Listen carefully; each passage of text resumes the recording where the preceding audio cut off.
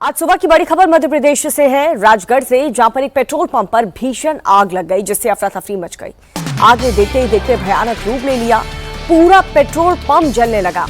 आग की लपटें काफी ऊपर तक उठने लगी और आग लगने के बाद एक कई धमाके भी होने लगे हैं। लोग जान बचाने के लिए इधर उधर भागते हुए नजर आए। इस हादसे में 12 लोग झुलस गए हैं, जिनमें से एक की हालत तो बहुत ज्यादा गंभीर बताई जा रही है और उस शख्स को फौरन ही इंदौर रेफर कर दिया है। बाकी घायलों को पचौर के अस्पताल में भर्ती करवा दिया गया। ये पेट्रोल पंप राजगढ़ जिले के पचौर शहर के बीचों बीच स्थित है। आग बुझाने के आसपास के जिलों से फायर ब्रिगेड की टीम को बुलाना पड़ा। आग पर काबू करने में दमकल की टीम ने 2 घंटे तक मशक्कत करनी पड़ी। पुलिस और प्रशासन की टीम भी मदद के लिए पहुंच गई है। चश्मदीदों के मुताबिक सोमवार रात को करीब 8:30 बजे हादसे के वक्त पेट्रोल पंप पर एक तरफ एक लाइन में ट्रैक्टर और कैनों में डीजल भरा जा रहा था, जबकि दूसरी तरफ बाइक्स में पेट्रोल डाला जा रहा था। इसी दौरान 20,000 लीटर फ्यूल लेकर के एक टैंकर पहुंचा। टैंकर से ईंधन खाली किया जा रहा था। जैसे ही एक बाइक सवार पेट्रोल डलवाने के लिए ढक्कन खोलता है तो पेट्रोल डालने के दौरान नोजल टैंक में अचानक से आग भड़क जाती है और उसकी चपेट में पूरा पेट्रोल पंप आ गया। आग से टैंकर समेत 11-15 बाइक्स जलकर आग हो गई और आग इतनी ज्यादा तेजी से फैली कि लोगों को अपनी बाइक तक हटाने का मौका नहीं मिला। कुछ ही पलों में टैंकर, बाइक और पंप धधकने लगे, जैसा कि आप तस्वीरों में देख सकते हैं। हालात ऐसे बन गए कि लोग वहां पर वाहन छोड़ करके जान बचाने के लिए भागते हुए नजर आए। ये 2 तस्वीरें आपको दिखा रहे हैं जिस वक्त पेट्रोल पंप पर भीषण आग लग गई और जैसे ही वहां पर आग लगती है, एक के बाद एक कई धमाके वहां पर होना शुरू हो जाते हैं और लोग कितने डर गए। वहां पर फौरन अपनी अपनी बाइक्स, अपने अपने वाहन को छोड़ करके अपनी जान बचाने के लिए इधर उधर भागते हुए नजर आए और काफी देर तक पेट्रोल पंप में यूं ही आग लगी रही। आप देख सकते हैं पेट्रोल पंप पर जितने भी अलग अलग स्टेशन हैं, हर जगह पर यहाँ पर आग लग गई है और आप देख सकते हैं कि कई बाइक्स भी आपको नीचे गिरी हुई नजर आएंगी, क्योंकि लोग यहाँ से फौरन अपनी बाइक छोड़कर, अपनी वाहन छोड़कर अपनी जान को प्राथमिकता देते हुए वहां से निकल गए। और इधर जम्मू कश्मीर के अनंतनाग में भी एक शॉपिंग कॉम्प्लेक्स में देर रात भीषण आग लग गई, जिसकी वजह से पूरे इलाके में हड़कंप मच गया। इस बिल्डिंग में आग की रिहाइश भी थी और आग लगते ही अफरा तफरी मच गई। लोग जान बचाने के लिए इधर उधर भागते लगे। सूचना मिलते ही मौके पर दमकल की टीम पहुंची। कड़ी मशक्कत के बाद हालात पर काबू पाया। हादसे में किसी भी तरह की जनहानि की खबर नहीं है, लेकिन भारी नुकसान की आशंका जरूर है। तो अनंतनाग के शॉपिंग कॉम्प्लेक्स से बताया जा रहा है जहां पर इतनी भयानक आग लगी है। आप तस्वीरों में देख सकते हैं कि कितनी भीषण यहां पर आग लगी। अनंतनाग की ये तस्वीर है, ये शॉपिंग कॉम्प्लेक्स है जो एक के बाद एक कई जो शॉप्स हैं वो इसकी चपेट में आ गए हैं। कितना नुकसान हुआ है ये तो तभी पता चल पाएगा जब आग पर काबू पा लिया जाएगा।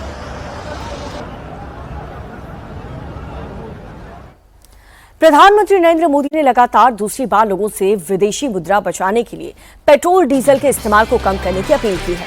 पीएम ने पहले हैदराबाद और उसके बाद सोमवार को वडोदरा में लोगों से ईंधन और संसाधनों का कम इस्तेमाल करने की अपील की है। पीएम ने कहा कि जहां पर संभव हो पेट्रोल डीजल का उपयोग कम किया जाए। मेट्रो, इलेक्ट्रिक बस और पब्लिक ट्रांसपोर्ट का इस्तेमाल करें। पीएम ने वर्क फ्रॉम होम की भी अपील करने के साथ साथ स्कूल से भी अपील की है कि वो ऑनलाइन क्लासेस के फॉर्मेट को लागू करने की कोशिश करें। वडोदरा में पीएम मोदी ने कहा कि जैसे देश ने मिल करके कोरोना संकट का सामना किया था, ठीक वैसे ही मौजूदा संकट से भी देश बाहर निकल जाएगा। इसके साथ साथ पीएम ने 1 साल तक सोना ना खरीदने, विदेश यात्रा टालने और खेती के लिए केमिकल खाद के इस्तेमाल में कमी लाने की भी अपील की है।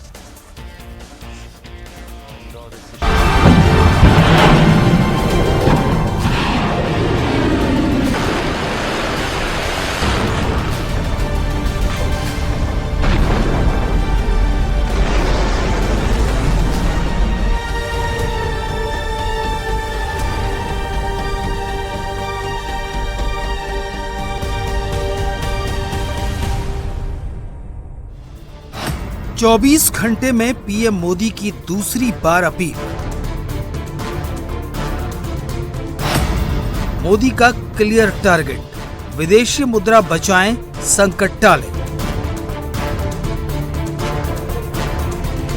मिडिल ईस्ट से रूस और यूक्रेन तक का संकट दुनिया के लिए आफत बनता जा रहा है। पूरी दुनिया की सप्लाई चेन ठप है और इसके खुलने के आसार फिलहाल नहीं दिखते। अमेरिका और ईरान के बीच जिस तरह से डेडलॉक बना हुआ है, उसकी वजह से यूरोप, एशिया से लेकर ऑस्ट्रेलिया तक प्रभावित है। यही वजह है कि पीएम मोदी ने देश में दूसरी बार साफ साफ कह दिया है कि संकट बड़ा है, इसलिए मिलकर निपटना होगा। दुनिया लगातार अस्थिर परिस्थितियों से गुजर रही है। पहले कोरोना का संकट, फिर वैश्विक आर्थिक चुनौतियां और अब पश्चिम एशिया में बढ़ता तनाव। इन सारी परिस्थितियों का असर लगातार पूरी दुनिया पर पड़ रहा है और भारत भी इससे अछूता नहीं है। अगर कोरोना महामारी इस सदी का सबसे बड़ा संकट थी, तो पश्चिम एशिया में युद्ध से बनी परिस्थितियां इस दशक के बड़े संकटों में से एक है। जब हमने मिलकर कोरोना का मुकाबला कर लिया, तो इस संकट से भी अवश्य पार पा जाएंगे। फरवरी के आखिरी हफ्ते में शुरू हुआ अमेरिका और ईरान का संघर्ष अभी भी अपने अंजाम पर नहीं पहुंचा है। इसकी वजह से होर्मुज स्ट्रेट से सप्लाई 95% तक कम हो गई है। जहाज अटके पड़े हैं। जहां पहले करीब 120 जहाज रोज होर्मुज को पार करते थे, वहां अब केवल 4-5 जहाज ही से पार कर रहे हैं। भारत ने इस टेंशन के बीच भी अपनी सप्लाई को ज्यादा प्रभावित नहीं होने दिया। सरकार भी लगातार ये प्रयास कर रही है कि देश के लोगों, देश के सामान्य नागरिक पर इन सारी विपरीत परिस्थितियों का कम से कम असर हो। भारत अपनी जरूरत का 90% तेल इंपोर्ट करता है। 2 महीने से होर्मुज स्ट्रेट बंद है। क्रूड की कीमत करीब 50% बढ़ चुकी है। कतर पर ईरान के हमले की वजह से एलएनजी की सप्लाई ठप है। अरब देशों से फर्टिलाइजर और दूसरे पेट्रोकेमिकल प्रोडक्ट्स का एक्सपोर्ट करीब करीब बंद है। इसलिए इन सब चीजों के दाम दुनिया भर में बढ़ रहे हैं। भारत दुनिया भर से 775 अरब डॉलर का इंपोर्ट करता है, जिसमें 135 बिलियन डॉलर का कच्चा तेल आता है, 72 बिलियन डॉलर का सोना, 18 से 19 बिलियन डॉलर का खाने वाला तेल और करीब 18 बिलियन डॉलर की खाद इंपोर्ट करता है। ये बिल अब देश के हालात पर भारी पड़ रहा है।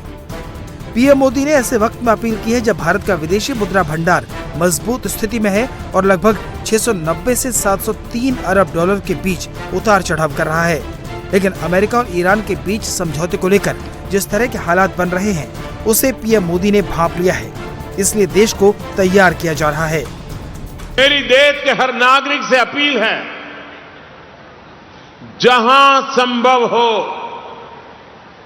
पेट्रोल डीजल का उपयोग कम करें।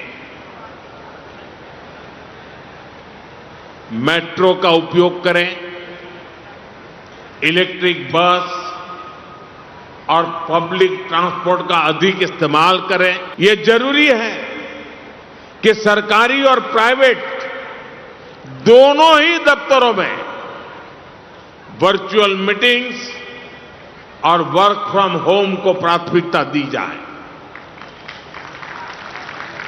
मैं कुछ स्कूलों से भी आग्रह करूंगा कि कुछ समय के लिए ऑनलाइन क्लासेज की व्यवस्था पर काम करें।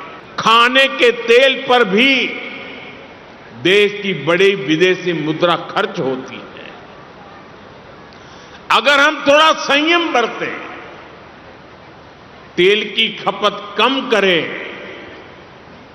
खाने के तेल की, तो इससे देश और हमारी सेहत दोनों को लाभ होगा। डीजल पंप की जगह सोलर पंप्स का उपयोग बढ़े। और हम तो किसान के बेटे हैं, किसान की बेटियां हैं। हमें अपना खेत सबसे पहले बचाना है, हमें अपनी धरती मां को बचाना है। हमें केमिकल फर्टिलाइजरों से अपनी धरती मां को मारना नहीं चाहिए। हालात पर सरकार की पैनी नजर है। रक्षा मंत्री राजनाथ सिंह की अगुवाई में एम्पावर्ड ग्रुप ऑफ मिनिस्टर्स का गठन किया गया है। सोमवार को जीओएम की 5वीं मीटिंग हुई। इसमें राजनाथ सिंह के अलावा petroleum minister Hardeep Puri, health minister JP Nadda, shipping minister Sarbananda Sonowal, parliamentary affairs minister Kiren Rijiju और उनके विभागों के सचिव शामिल हुए। मीटिंग के बाद मंत्रियों ने भरोसा दिलाया है कि सरकार जरूरी सामान की सप्लाई नॉर्मल रखने के लिए हर मुमकिन कदम उठा रही है। We have seen in other countries where the prices have gone up significantly, but we have been able to maintain it so far because of the very well thought through policies that our government and our Prime Minister have executed so far. But since the war is now still going on, and yesterday's developments we all know that truce is still far away, looking kind of difficult. So that's why it's very important that we as citizens also play our role in this entire effort. प्रधानमंत्री ने विदेशी मुद्रा बचाने के लिए आम जनता से appeal की तो विरोधी दलों ने मोदी पर हमला बोल दिया। कांग्रेस, समाजवादी पार्टी, आम आदमी पार्टी और आरजेडी से लेकर ममता बनर्जी की पार्टी तक लगभग सभी विपक्षी दलों ने सरकार को घेरना शुरू कर दिया है। राहुल गांधी ने पीएम मोदी पर जिम्मेदारी से पल्ला झाड़ने का आरोप लगाया तो अखिलेश यादव ने मोदी की अपील को चुनाव से जोड़ा। विपक्ष के नेताओं ने कहा कि प्रधानमंत्री को पार्लियामेंट का सेशन बुलाकर ग्राउंड रियलिटी बतानी चाहिए।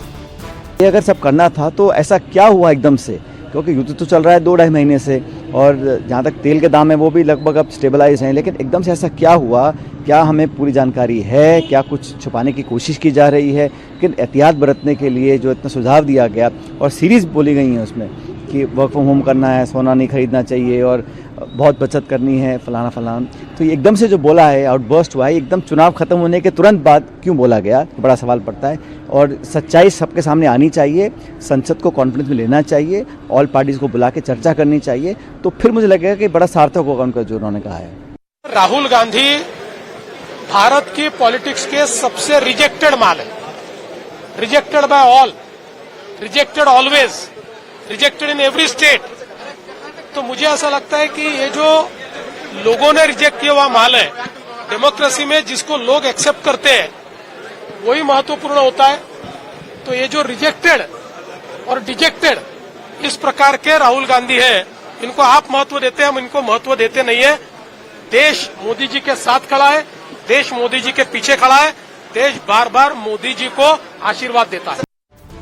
इन हालातों के बीच अमेरिका ने कहा है कि अगर होर्मुज में जहाज यूं ही फंसे रहे तो उन्हें निकालने के लिए अमेरिका घातक उपाय शुरू कर सकता है। असम के सीएम हिमंता बिस्वा शर्मा आज दूसरी बार सीएम पद की शपथ लेने जा रहे हैं। सीएम हिमंता के साथ आज 4 मंत्री भी शपथ लेंगे। राज्यपाल लक्ष्मण प्रसाद आचार्य सुबह 11:40 पर शर्मा और नए मंत्री परिषद के सदस्य के पद पर गोपनीयता की शपथ दिलाएंगे। और आज शपथ लेने वालों में बीजेपी नेता और पूर्व केंद्रीय मंत्री रामेश्वर तेली, असम गण परिषद के अध्यक्ष अतुल बोरा और बोडोलैंड पीपल्स फ्रंट के नेता चरण बोरा और बीजेपी विधायक अजंता शामिल हैं। वहीं बीजेपी के सीनियर लीडर रणजीत दास असम विधानसभा के नए अध्यक्ष होंगे। सीएम शर्मा ने खुद एक्सपोस्ट के जरिए जानकारी देते हुए ये कहा कि आज शपथ लेने के बाद हम पहली कैबिनेट बैठक भी करेंगे। सुबह 11 बजे असम की नया जो सरकार बनने जा रहे हैं उनका शपथ होगा और ये समारोह में भारत के सम्मानीय गृह मंत्री अमित शाह जी, रक्षा मंत्री राजनाथ सिंह जी, हमारे पार्टी के अध्यक्ष नितिन नवीन जी, साथ में तमाम एनडीए शासित प्रदेशों का मुख्यमंत्री, उप मुख्यमंत्री और कोई सारे सेंट्रल कैबिनेट का मंत्री भी समारोह में भाग लेगा। हमारा लगता है कि एक भव्य समारोह होगा और पूरा असम से हमारे बूथ लेवल का जो कार्यकर्ता होते हैं, बूथ अध्यक्ष से लेकर हमारे पार्टी का ज्येष्ठ कार्यकर्ता तक सारे लोग समारोह में मौजूद रहेगा। शपथ ग्रहण से पहले कांग्रेस नेता गौरव गोगोई ने सीएम हिमंता को जनता से किए गए वादे याद दिलाए हैं। गौरव गोगोई ने कहा कि महिला सुरक्षा असम में एक बहुत बड़ा मुद्दा है, उस पर काम होना चाहिए। More important that in democracy people's interests matter most and therefore it is necessary for this government to fulfill the expectations of the people of Assam.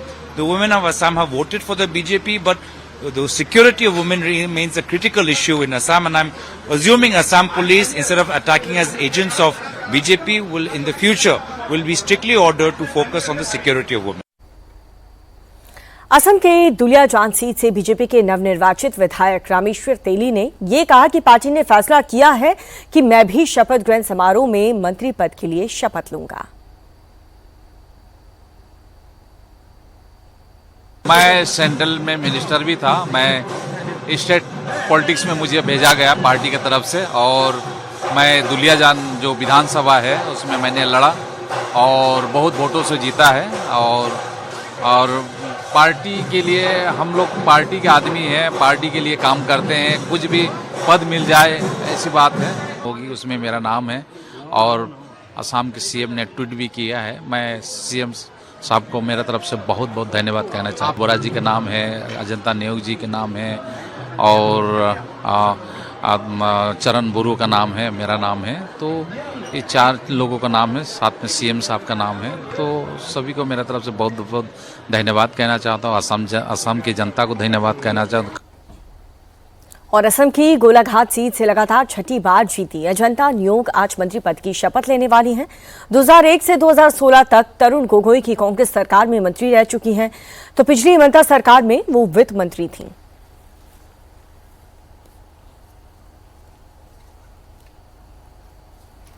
और एनडीए में शामिल असम गण परिषद के चीफ अतुल बोरा आज हिमंता कैबिनेट के मंत्री पद की शपथ लेने वाले हैं, जिसमें अतुल बोरा ने बोकाखात विधानसभा सीट से तीसरी बार जीत दर्ज की और इससे पहले बोरा गोलाघाट सीट से एमएलए भी रह चुके हैं।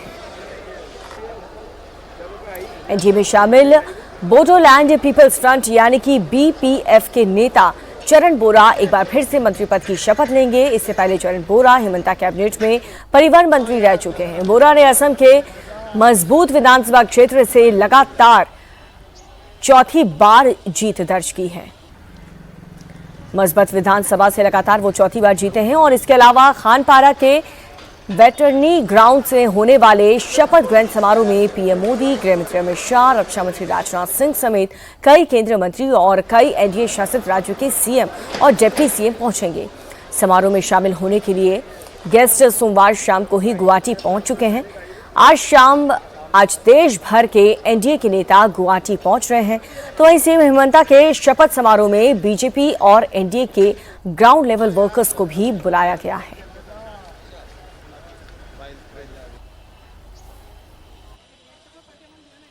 को बहुत बहुत बधाई। 2 दिन पहले बंगाल का अद्भुत दृश्य हमने देखा था जब शुभेंदु अधिकारी जी ने शपथ ली, और ये अब असम का दौर आया है। असम तीसरी बार एनडीए की भाजपा की सरकार बनने जा रही है। मेरी अपनी ओर से माननीय मुख्यमंत्री जी को बधाई, मध्य प्रदेश सरकार की ओर से बधाई, असम की जनता को। बीजेपी की तीसरी बार असम में जीत का कारण है और हर एक व्यक्ति को यह पूरा विश्वास है नरेंद्र मोदी जी का नेतृत्व और हिमंता दा का काम असम को और आगे लेके जाने वाला है, तरक्की के आसमान पे, जहां हर व्यक्ति के लिए सुख सुविधा होगी, सम्मान होगा और राज्य तरक्की करेगा। विकसित भारत, विकसित असम। तो हिमंता बिस्वा शर्मा की आज दूसरी पारी और देखिए शपथ ग्रहण को लेकर के तैयारियां पूरी हो चुकी हैं और कल ही तमाम जितने भी इनवाइटीज हैं वो पहुंच चुके हैं। तमाम दिग्गज नेता से लेकर हर एक ग्राउंड लेवल के कार्यकर्ता को बुलाया गया है। और अब आपको दिखाते हैं दिव्यांगजनों के लिए special news bulletin. Himanta Biswa Sharma आज दूसरी बार असम के मुख्यमंत्री पद की शपथ लेंगे। शपथ ग्रहण समारोह सुबह 11:40 पर गुवाहाटी के वेटनरी कॉलेज में होगा। बताया जा रहा है कि हिमंता के अलावा 4 और विधायक मंत्री पद की शपथ लेंगे। शपथ लेने वाले विधायकों में रामेश्वर तेली, अतुल बोरा, चरण बोरो और अजंता नेयोग का नाम शामिल है। वहीं शपथ ग्रहण समारोह में प्रधानमंत्री नरेंद्र मोदी, केंद्रीय गृह मंत्री अमित शाह, रक्षा मंत्री राजनाथ सिंह, बीजेपी के राष्ट्रीय अध्यक्ष नितिन नवीन शामिल होंगे। इसके अलावा एनडीए शासित राज्यों के मुख्यमंत्री और बूथ स्तर के कार्यकर्ता भी मौजूद रहेंगे। केरल में मुख्यमंत्री चयन को लेकर कांग्रेस पार्टी की आज दिल्ली में बैठक होगी। मल्लिकार्जुन खड़गे और राहुल गांधी इस मीटिंग में केरलम के पूर्व कांग्रेस अध्यक्षों के साथ नए सीएम के नाम पर चर्चा करेंगे। चर्चा के बाद कांग्रेस आज केरलम के नए सीएम के नाम का ऐलान कर सकती है। ज्यादातर विधायक केसी वेणुगोपाल को मुख्यमंत्री बनाने के पक्ष में हैं, जबकि केरलम में यूडीएफ की सहयोगी पार्टियां वीडी सतीशन को मुख्यमंत्री के रूप में देखना चाहती हैं। नीट एग्जाम का पेपर लीक होने के संदेह के चलते लाखों स्टूडेंट्स एक बार फिर तनाव में आ गए हैं। हालांकि पुलिस ने फिलहाल पेपर लीक की बात को कंफर्म नहीं किया है। वहीं राजस्थान एसओजी ने इस मामले में 14 लोगों को हिरासत में लिया है। ये सभी लोग देहरादून, सीकर और झुंझुनू से पकड़े गए हैं। इन लोगों से पूछताछ हो रही है। दरअसल 3 मई को नीट का एग्जाम हुआ था और 7 मई को पेपर लीक की शिकायत पुलिस से की गई। मेडिकल की पढ़ाई का सपना देखने वाले लाखों छात्रों ने एक बार फिर से नीट परीक्षा को लेकर के गुस्सा है, क्योंकि नीट यूजी 2026 परीक्षा के बाद अब पेपर लीक जैसी आशंकाओं ने छात्रों और पेरेंट्स की चिंता को और भी ज्यादा बढ़ा दिया है। हालांकि मामले में Rajasthan SOG full on action mode में है।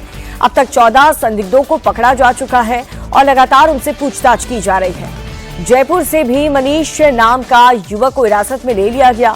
सूत्रों की माने तो शख्स जयपुर के प्रिंटिंग प्रेस में छपवाने आया था पेपर, और वहीं से लीक होने की भी बात सामने आ रही है।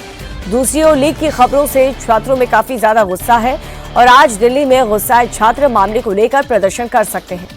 दरअसल नीट एग्जाम के बाद से एक गैस पेपर सामने आया था, जहां पर 120 सवाल वही हैं जो नीट यूजी 2026 परीक्षाओं में पूछे गए थे। यानी कि कुल मिलाकर के 600 नंबर के सवाल गैस पेपर में थे। ऐसे में छात्रों ने पुलिस से शिकायत की है और अब टीमें इस पूरे मामले की जांच कर रही हैं।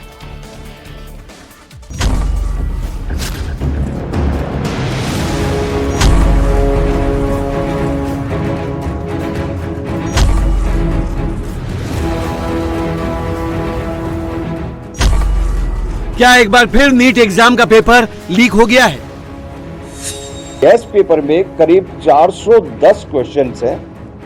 उन 410 क्वेश्चंस में से तकरीबन 120 क्वेश्चन केमिस्ट्री में आए हुए बताए जाते हैं। आखिर 120 सवाल गैस पेपर में हूबहू कैसे मिले? हमारी जांच इस गैस पेपर के बेसिस के ऊपर जो चीटिंग हो रही है या किसी प्रकार का क्या कोई क्राइम हो रहा है उसके ऊपर केंद्रित है कि क्या फिर नीट पेपर लीक की साजिश हुई है? लीक होने के चक्कर में, माफिया लोगों के चक्कर में हर बार कट ऑफ इतना हाई हो जाता है कि जो बच्चे पढ़ते हैं उनको कोई रिजल्ट मिलता नहीं है। जो उनकी मेहनत होती है उतना रिजल्ट भी नहीं मिलता उनको। इस साल मेहनत करते हैं, रात दिन पढ़ाई करते हैं, आखिर में ये चीज़ पता चलती है एग्जाम नहीं करते हैं। जो भी लोग इसमें इन्वॉल्व हो सबको निकाला जाए। अगर आप नहीं निकाल पा रहे हैं, आपका सिस्टम फेल है ऐसा करने के लिए, तो आप री एग्जाम कंडक्ट कराएं। और सीकर, झुंझुनू, देहरादून पेपर लीक की आशंका पर पुलिस का एक्शन। देश की सबसे बड़ी परीक्षाओं में से एक नीट पर एक बार फिर पेपर लीक के बादल मंडरा रहे हैं।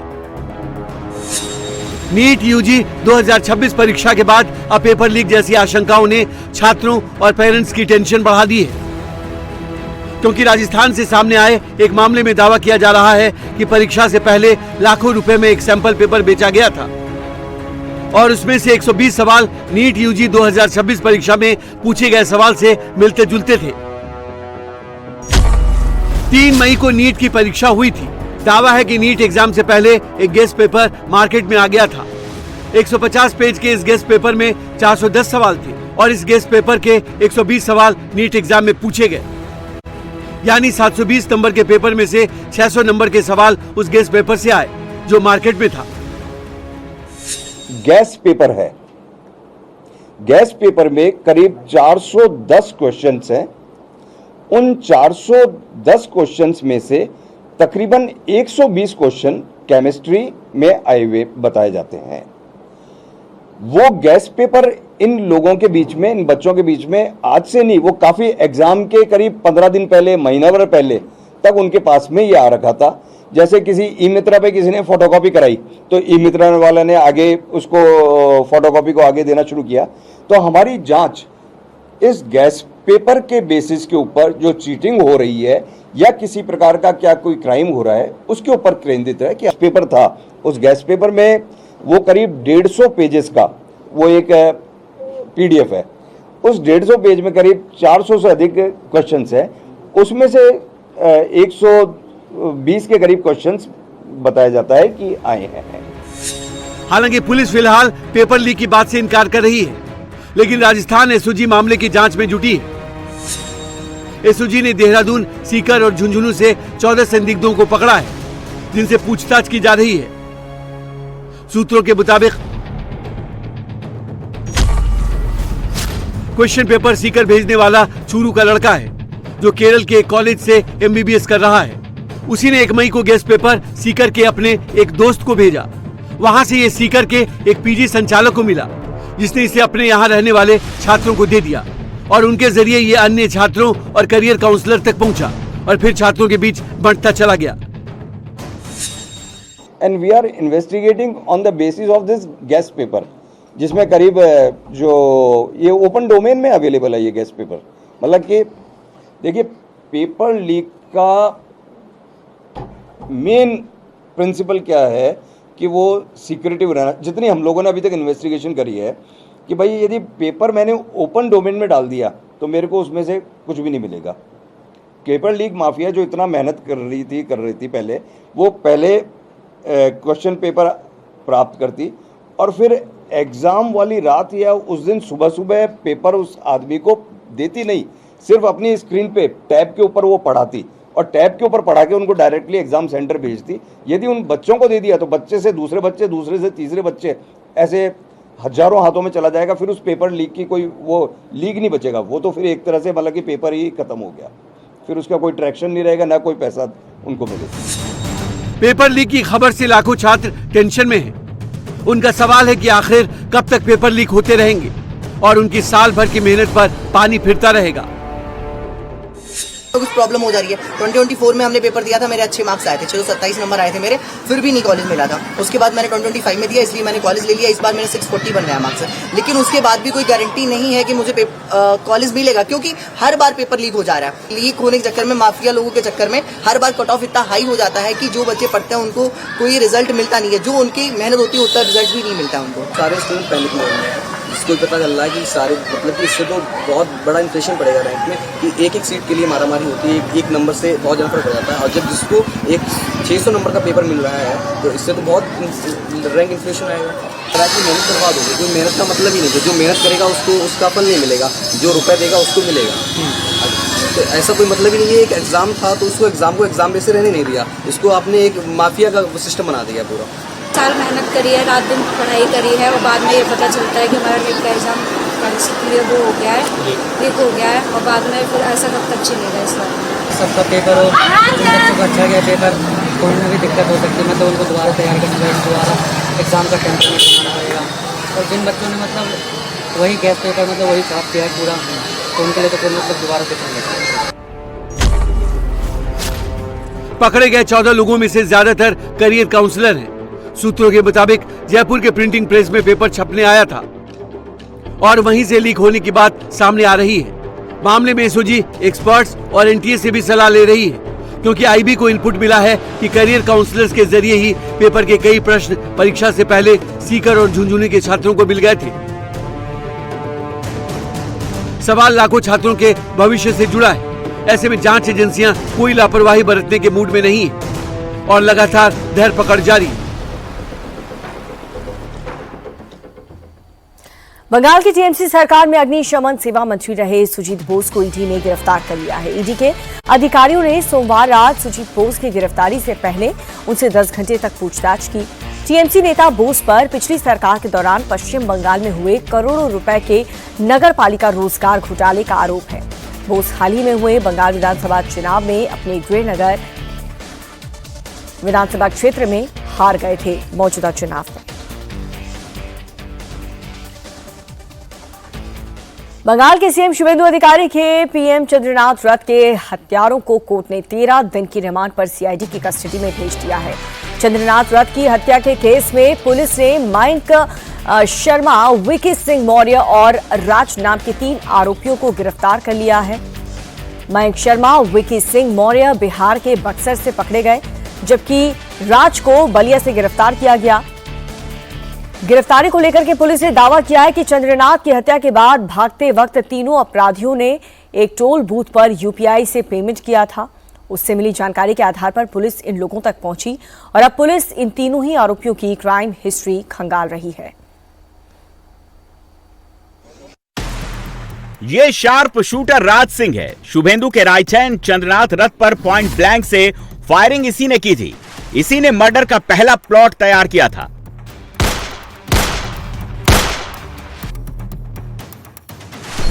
ये चंद्रनाथ मर्डर का आरोपी मयंक राज मिश्रा है। इसी ने चंद्रनाथ की गाड़ी को ओवरटेक किया था।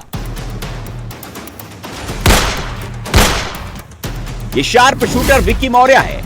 शुभेंदु के पीए पर ये ताबड़तोड़ गोलियां बरसा रहा था। बंगाल के मुख्यमंत्री शुभेंदु अधिकारी के पीए चंद्रनाथ को 6 मई की रात 10 बजे गोली मारी गई थी। घर से महज 170 मीटर दूर उनकी एसयूवी की विंडो से ग्लॉक पिस्टल सटाकर मर्डर किया गया था।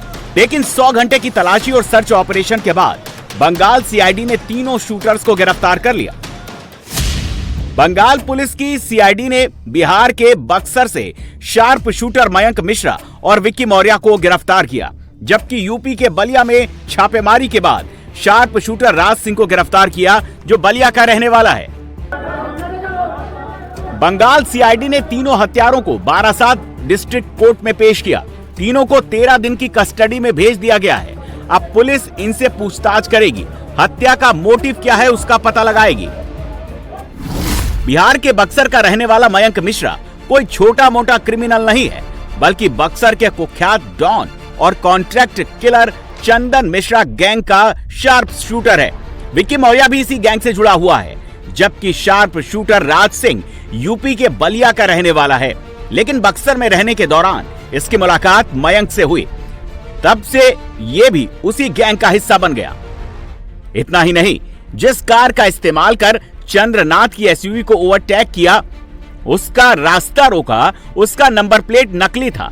कार का चेचिस नंबर और इंजन नंबर तक मिटा दिया गया था, ताकि शूटर्स तक पुलिस पहुंच ही ना पाए। लेकिन जैसे हर अपराधी करते हैं, कोई ना कोई सबूत छोड़ ही देते हैं, वैसी ही गलती इन तीनों शूटर्स ने भी की। हत्या के बाद भागते समय तीनों शूटर्स ने व्हीकल बल्ली टोल प्लाजा से गुजरे और इस दौरान शूटर मयंक ने एक बड़ी चूक कर दी।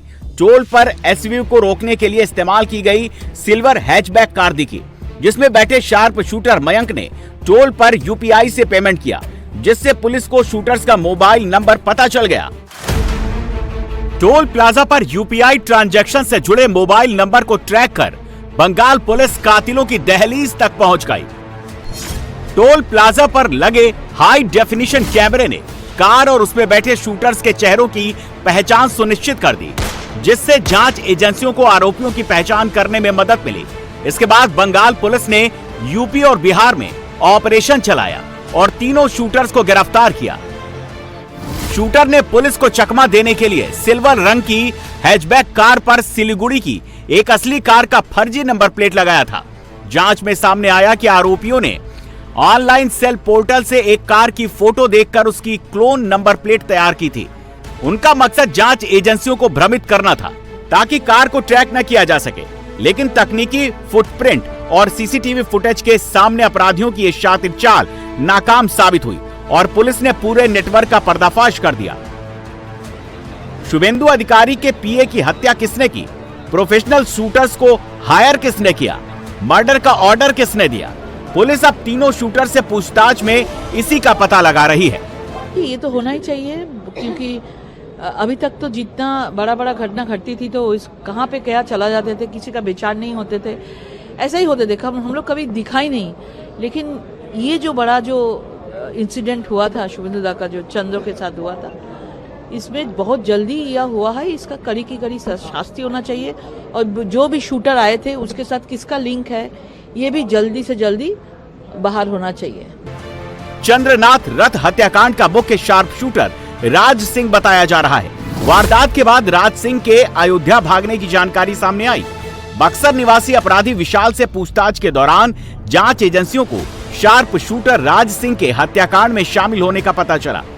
ये भी बताया जा रहा है जो यूपी के बलिया का राज सिंह है वो एक प्रोफेशनल शूटर है और कुछ गैंगस्टर्स के लिए काम करता है। लेकिन आखिरकार शुभेंदु अधिकारी के पीए चंद्रनाथ रथ की क्योंकि बताया जा रहा है बाकायदा रेकी की गई। रेकी करने के साथ ही इन्होंने पूरी टाइमलाइन खंगाली कि चंद्रनाथ रथ कितने बजे अपने घर से निकलते हैं। सोमवार को बंगाल की शुभेंदु सरकार में शामिल मंत्रियों के विभागों का बंटवारा हुआ तो कोलकाता में शुभेंदु कैबिनेट की पहली मीटिंग हुई, जिसमें सीएम शुभेंदु अधिकारी ने कई बड़े फैसले लिए हैं।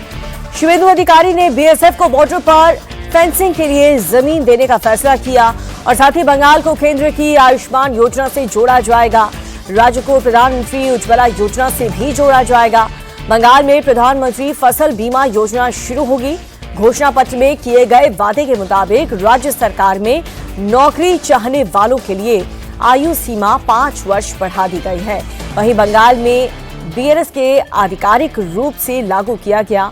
वहीं जनगणना को हरी झंडी दी गई है तो पश्चिम बंगाल में सियासी हिंसा में मारे गए 321 कार्यकर्ताओं के परिवारों के कल्याण के लिए केंद्र योजना का लाभ दिलाया जाएगा। प्रधानमंत्री विश्वकर्मा योजना, प्रधानमंत्री फसल बीमा योजना, प्रधानमंत्री उज्ज्वला जैसी तमाम योजना केंद्र सरकार की योजनाओं को बंगाल में अब हरी झंडी दी गई है। पहले कैबिनेट में हम लोग बीएसएफ को लैंड ट्रांसफर करने का डिसीजन ले लिया है। लैंड डिपार्टमेंट जो लैंड उनका पास है, उन्होंने लैंड डिपार्टमेंट ने बहुत सारा एक्सरसाइज भी करके रखा है। वो लैंड ट्रांसफर आज से शुरू होगा। एडमिनिस्ट्रेटिव ऑर्डर कर दिया हम लोग, आज से ही सेंसस का काम शुरू हो जाएगा। 11 महीने के बाद ये इम्प्लीमेंट हो रहा है, इसलिए आपको सामने मैं इसका खुलासा किया। मैनिफेस्टो में था आयुष्मान भारत, कैबिनेट ने मंजूरी दे दिया है।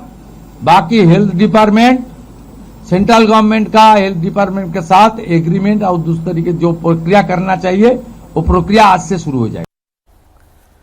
महोबा से समाजवादी पार्टी के सांसद अजितेंद्र सिंह की पीएम मोदी पर आपत्तिजनक टिप्पणी को लेकर यूपी की सियासत गर्मा गई है। बीजेपी इस टिप्पणी से आग बबूला है। सीएम योगी आदित्यनाथ ने समाजवादी पार्टी के सांसद की टिप्पणी को मर्यादा का उल्लंघन करार दिया। योगी ने कहा कि इस तरह के बयान की माफी नहीं हो सकती और यूपी की जनता आने वाले समय में समाजवादी पार्टी को इसका जवाब देगी। एसपी सांसद अजितेंद्र सिंह ने पीएम मोदी को लेकर विवादित बयान उस वक्त दिया जब वो प्रीपेड बिजली के मीटर के विरोध में प्रदर्शन कर रहे थे और इसी दौरान उन्होंने बीजेपी सरकार पर जमकर निशाना साधा और पीएम मोदी को अपशब्द कहे। मोदी जी जो कुछ बोलते हैं बहुत अच्छा बोलते हैं। पेट्रोल की खपत कम करें, हैं? सोना ना खरीदें और विदेश की यात्रा करोड़ों में खर्च करें। हैं? कितना न्याय है, कितना लोकप्रिय प्रधानमंत्री है, इतना देश विरोधी ऐसा कोई प्रधानमंत्री आज तक हुआ नहीं है और न आगे आने वाली सरकारों में ऐसा मिलेगा। समाजवादी पार्टी के सांसद के बयान पर यूपी बीजेपी के प्रदेश अध्यक्ष पंकज चौधरी ने कड़ी आपत्ति जताई है और इसे देश के 140 करोड़ लोगों का अपमान करार दिया। जिस प्रकार से प्रधानमंत्री श्री नरेंद्र मोदी जी के बारे में गंदी और घटिया भाषा का इस्तेमाल किया है, उससे साबित हो गया है कि सपा गुंडों और गालीबाजों की पार्टी है। और अब खबर पंजाब के तरनतारन से है, जहां पर बीजेपी जिला मुख्यालय में 15 से 20 नकाबपोश बदमाश घुसे और नेताओं के साथ मारपीट करने के साथ साथ जमकर तोड़फोड़ की। हमलावरों ने ईंट और पत्थर से भी अटैक किया और जमकर उत्पात मचाने के बाद सभी फरार हो गए। जानकारी के मुताबिक हमलावरों ने ऑफिस के शीशे तोड़ दिए और वहां पर मौजूद बीजेपी नेताओं के साथ मारपीट भी की। अचानक से हुए हमले से इलाके में हड़कंप मच गया, जिसकी सूचना पर मौके पर भारी पुलिस बल पहुंची और हमलावरों की तलाश तेज कर दी। इस पूरी घटना के बाद से बीजेपी कार्यालय की सुरक्षा को बढ़ा दिया गया है। और वहीं पंजाब में आम आदमी पार्टी को एक और बड़ा झटका लगा है, जहां पर सीएम भगवंत मान के चचेरे भाई ने आम आदमी पार्टी से नाता तोड़ दिया और ज्ञान सिंह मान आम आदमी पार्टी को छोड़कर बीजेपी में शामिल हो गए। ये ऐसे समय में हुआ जब पंजाब में इसी महीने नगर निकाय चुनाव होने हैं और अगले साल विधानसभा चुनाव प्रस्तावित हैं। वहीं ज्ञान सिंह मान ने बीजेपी में शामिल होने पर यह कहा कि पंजाब की जनता उनकी बातों में आकर 2022 में उन्हें सत्ता में लेकर आई और सत्ता में आने के बाद आम आदमी पार्टी में बदलाव आ गया और वो आम से खास बन गए। जो वादे उन्होंने किए थे उसे वो उलट काम करने लगे, जिससे उनका मन पार्टी से दुखी हुआ और उन्होंने पार्टी को छोड़ने का फैसला किया। और वहीं पंजाब में आम आदमी पार्टी को एक और बड़ा झटका लगा है, जहां पर सीएम भगवंत मान के चचेरे भाई ने आम आदमी पार्टी से नाता तोड़ दिया और ज्ञान सिंह मान आम आदमी पार्टी को छोड़कर बीजेपी में शामिल हो गए।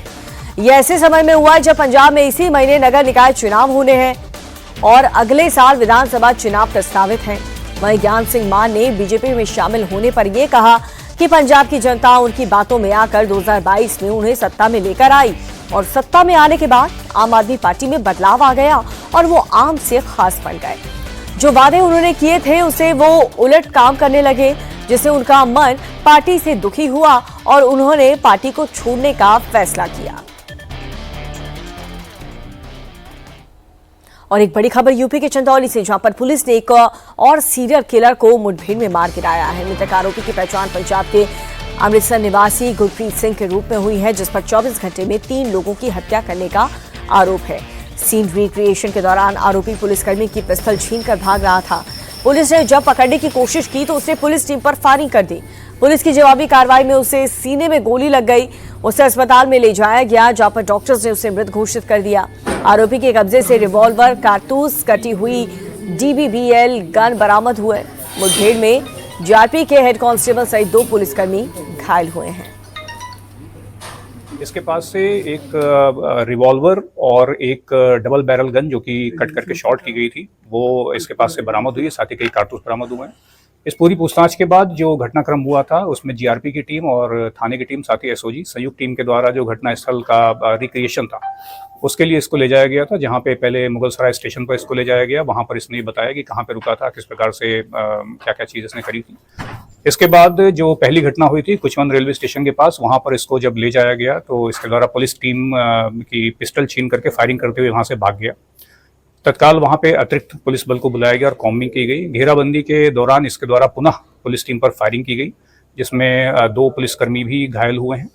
जवाबी फायरिंग में इसको 2 गोली लगी हैं, जिसके बाद इसको उपचार के हेतु CHC भिजवाया गया था। वहां से इसको जिला अस्पताल रेफर किया गया। जिला अस्पताल में लाने पर इसको यहाँ पर मृत घोषित कर दिया गया है और इसमें जो भी आगे की वैधानिक कार्रवाई है वो प्रस्तुत है।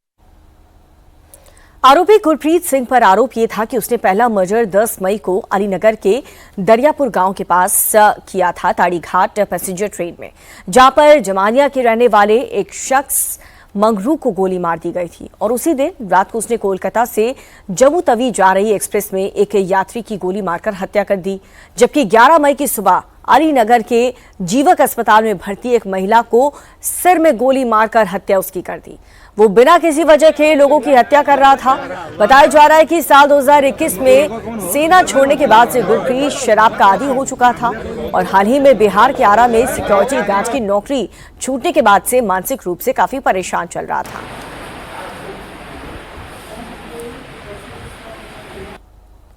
ये पहले आर्मी में था। 2021 में आर्मी छोड़ने के बाद ये अपने घर पे ही रह रहा था और बीती 29 अप्रैल को ये सिक्योरिटी गार्ड की नौकरी करने बिहार में आरा में आया था, जो कि इसके द्वारा बताया गया पूछताछ में। साथ ही ये भी बताया गया कि शराब पीने का अत्यधिक लती था, जिसके कारण सिक्योरिटी गार्ड की नौकरी से इसको हटा दिया गया था। उसके बाद से ये बहुत ज़्यादा आक्रोशित था। इसके बाद 9 तारीख को ये आरा से ट्रेन के माध्यम से प्रयागराज और चंदौली इन क्षेत्र में आसपास घूम रहा था और 10 तारीख को सुबह चंदौली में मुगलसराय स्टेशन से चलने वाली एक पैसेंजर ट्रेन में चढ़ करके इसके द्वारा एक अनजान व्यक्ति को, जिसको जानता भी नहीं था, उसकी गोली मार के हत्या कर दी गई थी। पुनः DDU स्टेशन से ही जम्मू तवी एक्सप्रेस में चढ़ करके इसके द्वारा फिर एक व्यक्ति की गोली मार के हत्या की गई थी और आज सुबह अस्पताल वाली घटना इसके द्वारा कारित की गई थी। पूछताछ में इन घटनाओं के कारणों के संबंध में पूछने पर कोई ऐसा ठोस कारण इसके द्वारा नहीं बताया गया। ना ही ये मृतकों को जानता था, ना ही उनसे किसी प्रकार का झगड़ा हुआ। एकदम रैंडम रूप से इसके द्वारा घटना कारित की गई थी। आक्रोश में जो घटनाएं की गई थी। और अब खबर भोपाल से, जहां पर हिंदूवादी संगठन के लोगों ने लव जिहाद के आरोप में एक मुस्लिम युवक की पिटाई कर दी। उसके बाद उसके मुंह में कालिक और गोबर पोतकर इराकी में उसका जुलूस भी निकाला। बाद में पुलिस युवक को छुड़ा करके अपने साथ ले गई। इस दौरान बजरंग दल के कार्यकर्ताओं ने पुलिस की नोकझोंक भी हुई। दरअसल भोपाल के गोविंदपुरा थाना क्षेत्र में हिंदूवादी संगठन के कार्यकर्ताओं ने युवक और एक युवती को होटल में जाकर पकड़ा था। उन्हें सूचना मिली थी कि मुस्लिम लड़का एक हिंदू लड़की के साथ वहां पर रुका हुआ है और इसके बाद बड़ी संख्या में लोग वहां पर होटल में पहुंचते हैं। कमरे में मौजूद युवक युवती को बाहर ले आए और युवक की पिटाई करने लगे। युवक की पहचान आरिफ खान के रूप में हुई है। पुलिस के मुताबिक उसके खिलाफ पहले से धोखाधड़ी और चोरी जैसे मामलों में केस दर्ज है। पूछताछ के दौरान युवती ने पुलिस को बताया कि वो पिछले करीब 5 साल से युवक के साथ लिव इन रिलेशनशिप में रह रही थी। मुस्लिम लड़का हिंदू लड़का तो ठीक है ना, तो ठीक है, आप लोग को पता है, आप लोग जानकारी ठीक है, मतलब आप आराम से सुन लो, आप लोग ही शरण में हो रहा है क्या? आप लोग ठीक है, मतलब आप उसको मार रहे हो इसलिए मैं बोल रहा हूँ, मतलब क्या करें? आप उसको मार रहे हो इसलिए कह रहा हूँ, मतलब आप उसका गलत मतलब लड़की के साथ नहीं, वो ठीक है, ये बोल रहे हम सब जानकारी कौन सी किस आप मार रहे हो, वीडियो बनाओ इनका, बिल्कुल बना लो, कोई संरक्षण में नहीं है, आप मार रहे हो इसलिए रोक रहा हूँ मैं आपको। मतलब तब ये हिंदू मुसलमान हो रहा लग जाता तब मांगा थे आप लोग? नहीं, मुझे नहीं मालूम, आप लोग यहाँ जानकारी होनी चाहिए ना भाई साहब, आपने बात खत्म करो भैया। रोड में खेते में लफ्जा चल रहा है और पुलिस ऐसा बोलिए क्यों मार रहे हो? जिस व्यक्ति का आप जिक्र कर रहे हो वो उस व्यक्ति के 5-6 अपराध है हमारे पास, पहले से वो जेल से छूट के आया है। इसके अलावा जो आपके इश्यूज हैं कि मारपीट की गई और मुंह पे कालिक पोती गई, तो उन सारी चीजों की हम समीक्षा कर लेंगे और जो भी कार्रवाई बनती है विधि सम्मत करेंगे। नारेबाजी भी उन लोगों ने की है, अमर्यादित आपत्तिजनक भाषा का इस्तेमाल भी सब उनके द्वारा किया जाए। जब पुलिस मौजूद है उस समय ऐसे में अपने हाथ में कानून लेना कितना उचित है? नहीं, उसमें जैसे मैंने बताया वो वीडियो को देख लेंगे और उसमें जो भी विधि सम्मत कार्रवाई होगी हम कर लेंगे।